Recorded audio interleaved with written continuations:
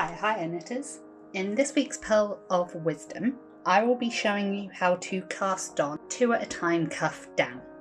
In previous videos I have shown you Judy's magic cast on and how to cast on 2 at a time working up, say a sock or something with a closed end, but this is ideal if you prefer knitting cuff down on socks, or like I have recently for knitting like 2 sleeves at a time. So to do this I have got my HiyaHiya 4-inch 3mm tips, and they are on a 60-inch cable.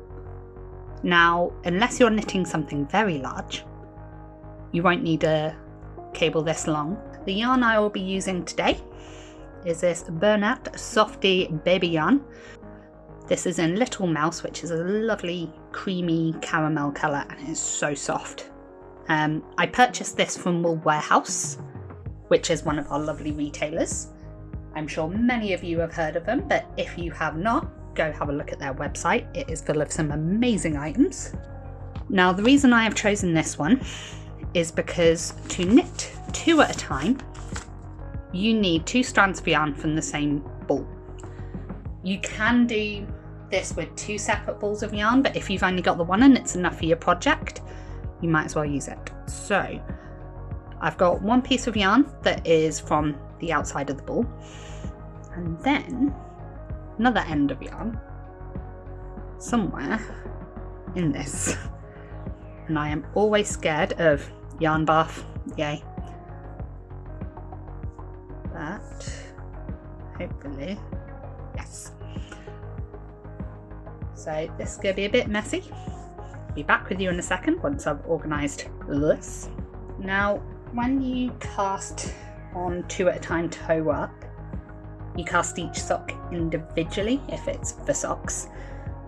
But because how knitting in the round works when it's cuffed down, you need to cast on half of one sleeve or sock before casting on the rest of the next and then finishing off the last. If not, your yarn won't work out correct for knitting. I am going to take the outside yarn first. I'm not doing a large cast on because it's just for show. And for this project, I am going to cast on 20 stitches for each sleeve or sock or whatever this would be. So to do this I am going to use my thumb cast on method, my favourite method, but do this however your pattern suggests. But because I want 20 stitches for each sleeve, first off I am going to cast on 10 stitches. So helps if I pay attention to how many I'm doing. 3, 6, 7, 8, 9, 10. So that one is cast on. Now I'm going to shimmy that down my needle, get my centre fed yarn from my nice pile of yarn bath, and once again we're going to do a long tail cast on, the method, but this time I'm going to knit all 20 stitches. So 1, 2, 3, 4, 5, 6, 7,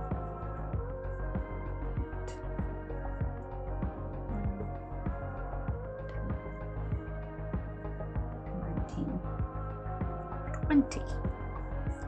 So at this point we have got a very small tube I am knitting to show you how this works. And now here is the bit where you have to form your magic loop. So that first 10 stitches we cast on, we need to bring it around so it is on the other needle. So I'm just gonna, very long cable, do that, and then since it's going to be a magic loop we also want half of these stitches on that other needle. So what I tend to do is pull all the stitches onto my cable, find out where the middle is, just there. And then there's several ways you can do it, but my easiest way is I've got 10 stitches on this side, 10 on that side. Grab the cable in the middle, and this is where our cables are really handy because they're so flexible, and pull that through like such. So we have 10 stitches on the needle, and we're just going to keep pulling that cable until these 10 stitches end up on the other needle. Obviously, if you use a 30-inch cable or something more suitable for your project, that'll be a lot easier, but for the sake of showing you, I've gone larger to make sure I don't drop any stitches. And now, so a very tiny sleeve, we have one there, half of one here. And that is when we are going to continue doing our cast on this needle. So ignore that one, it's done. We want to grab our tail and our yarn from the one we've cast on half the stitches of, and continue this, your cast on the next needle. It can be fiddly how you hold them, whatever works best for you, but for me, I've got the needles in this hand. I'm going to be using this thumb to cast on, so I am just going to try cast on like so. I hope you can see that. So I'm gonna over like so, use that there, pop that there. And you've got to be careful about your tension because you might end up with some gaps in between each side, like how loose I've done this here, there would be a gap there, but I can rectify that a little bit once I start knitting in the round. So 7, 8, 9, 10. That is the start of 2 cuffs or socks or whatever these are going to be. For me, most recently, like I said, has been for a jumper, and I've used this to make sure that they're identical, same length, same yarn, same everything cast on. It just makes it easier. So at this point, we are going to flip our needles around like so and join to knit in the round. So I'm going to pull out the bottom needle. Going to make sure I haven't twisted my cable, so my stitches are all laying in the center like so. Tuck my tail out of the way so I don't accidentally knit with that. So your first few stitches, you want to make sure you get your tension right so you don't have a big gap at the start. So go do that, knit one, pull it over and pull that yarn tight so this one is really close to that cable. And then do it again for the next maybe 1 or 2 stitches. That one, nice and tight. And then by the 3rd stitch, my tension's taking care of it, so it shouldn't be too gappy.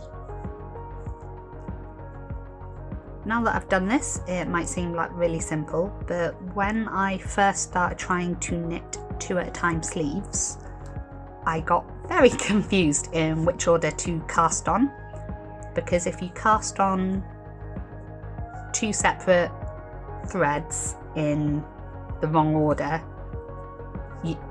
you can't start knitting. You need to make sure that your working yarn for each tube is facing the same way.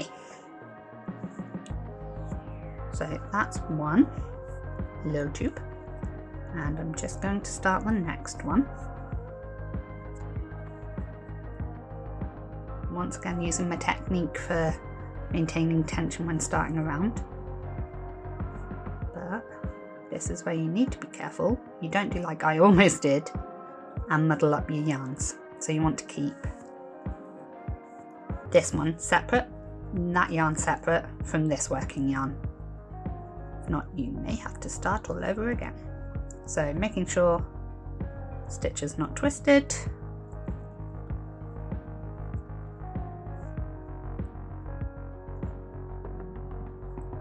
Create some tension there, nice and tight.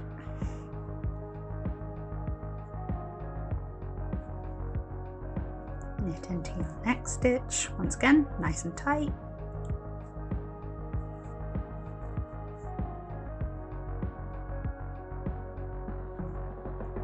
And carry on. That maybe wasn't as tight as I'd hoped because I've still got quite a gap there, but I will rectify this as I go. So once I get to the end of this row, I'll be able to show you what I mean by your working yarn needs to be in the same direction. Cool.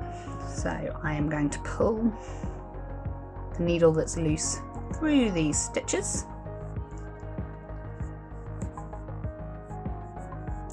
If you get your tension wrong, if you make it a bit too tight, this can be tricky, but the further you go, the easier this is. So after a couple of rounds, it won't be that hard. So I've done that. I'm going to flip my work that way, being careful not to twist these two working yarns into each other as I go. So on the next time, I will just rotate them that way to correct it. But I'm just going to pull my next needle out that I'll be working with. At this point, you can see that both these working yarns are at this end. So as I'm looking at it, both the working yarns are on the right of my work. Now, if you get this order wrong when trying to cast on 2 at a time top down, you will find that one yarn might be on the left hand side, one will be on the right, one will be on this side, one will be on that side. So you have to make sure that you cast on half of one item first, all of the next afterwards, correct your cables, and then cast on the final of the first one. And then you're good to go. And then it's just working magic loop for the rest of it, which can get a bit confusing. But that's why whilst you're learning, you might want to have a slightly longer cable. It won't affect how your work comes out.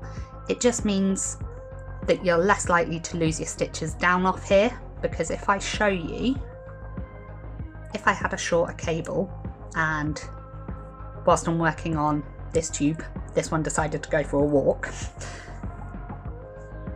it can get confusing. When it gets to the end,